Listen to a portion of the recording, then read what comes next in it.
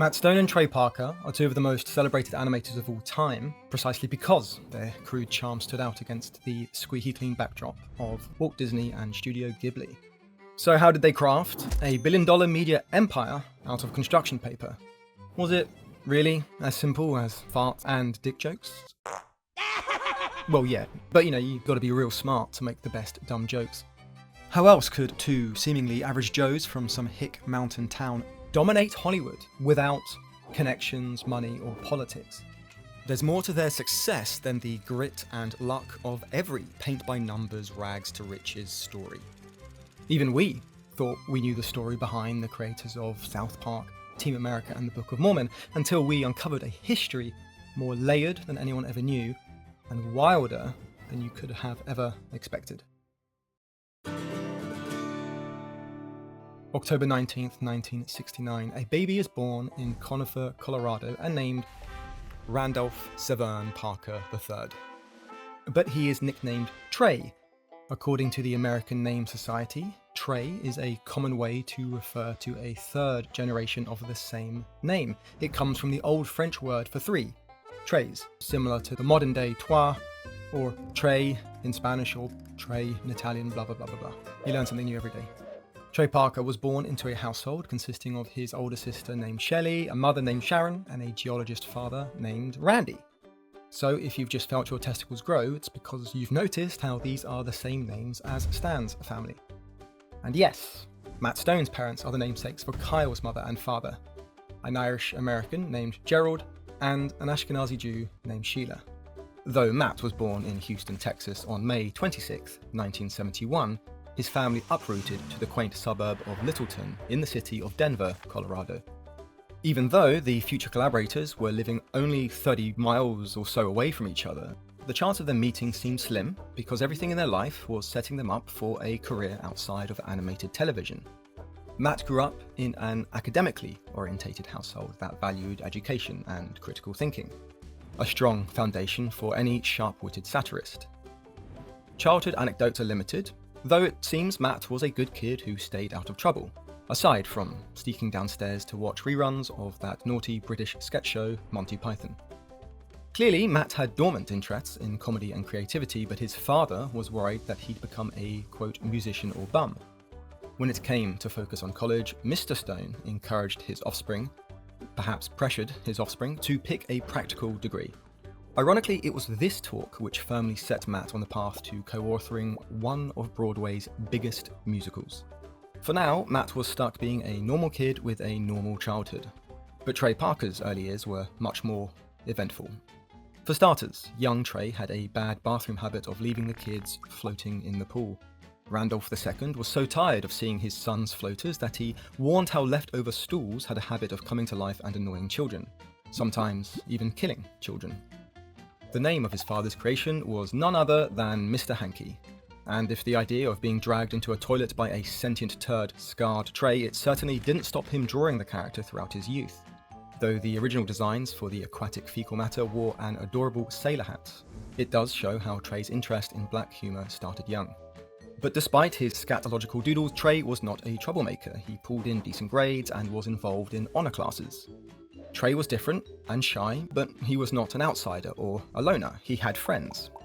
My friend Kenny, who at the bus stop, all this, he had the little orange coat. We couldn't understand him. We're like, we can't understand you. And he was the poorest kid in the neighborhood. He would always sort of diss it. We're like, what happened to Kenny? Is he dead? As his gross out sense of humor was developing, he built his performance muscles by reenacting Monty Python sketches at recess. But when he combined these two things at a 6th grade school talent show, the shy Trey Parker was propelled out of his shell. He wrote and starred in a sketch called The Dentist.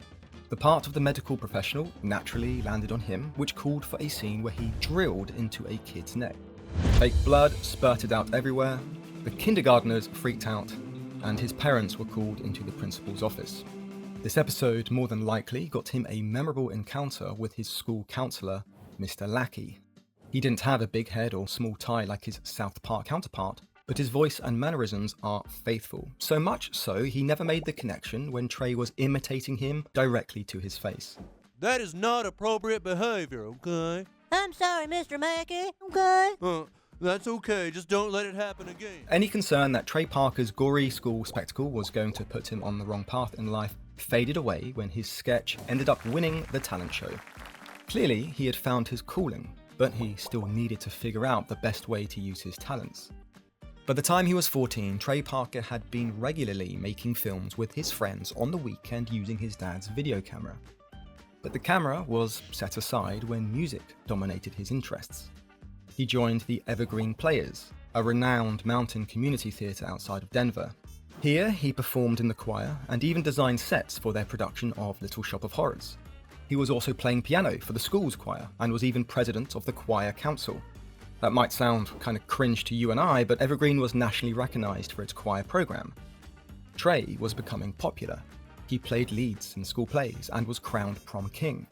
Yet he was not lured down the path of your average theatre kid. He was still interested in producing media and even wrote and recorded a full-length comedy album with his friend and future South Park scriptwriter David Goodman.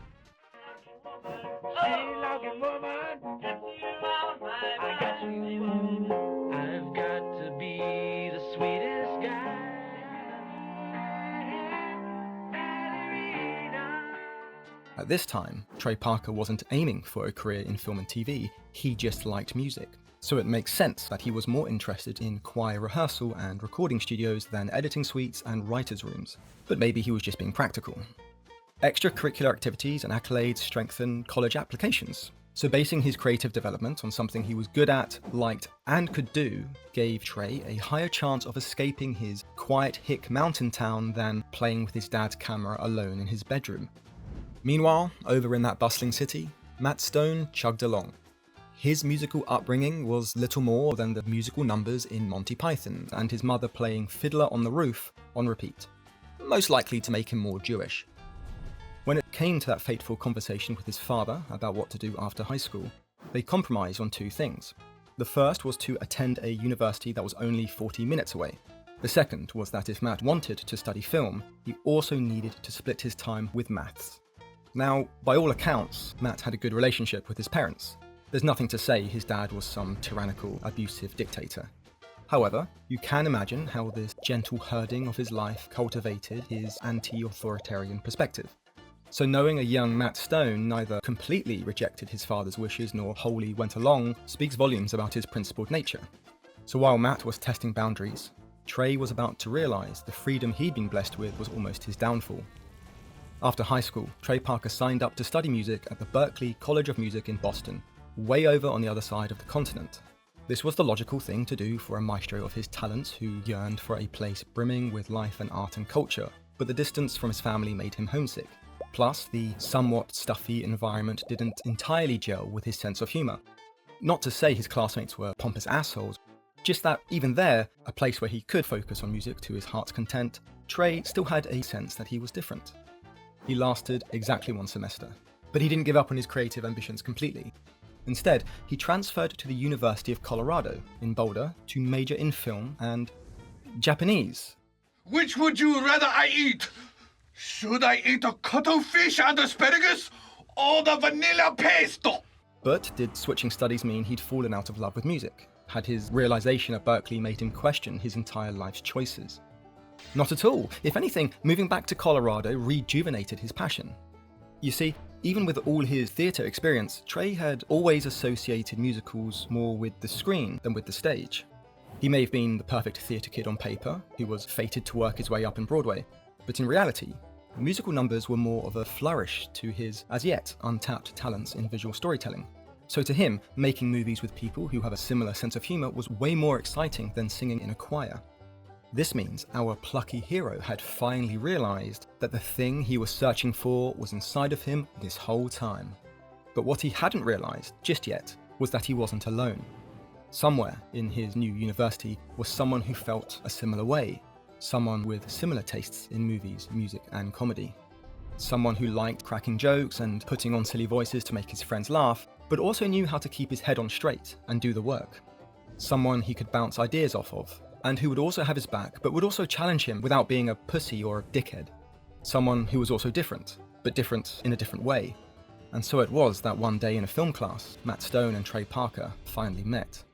This chance encounter fused their destinies together and set them up to become comedy punk rockers, where fame and fortune, admiration and scandals would greet them at every turn. And with the internet on the horizon, they would unwittingly use this new technology to create a radical type of show that the world had never seen before. But we're jumping ahead, because what these two goofballs needed right now was an idea for a homework assignment. Once they realised they both shared a love of Monty Python's absurd comedy, musical numbers, and naughty cartoons, the answer was obvious. A simple, paper cutout animation. What's the worst that could happen? If you made it this far, then thanks very much for watching. Part 2 is coming, so be sure to subscribe and like and ring the notification bell.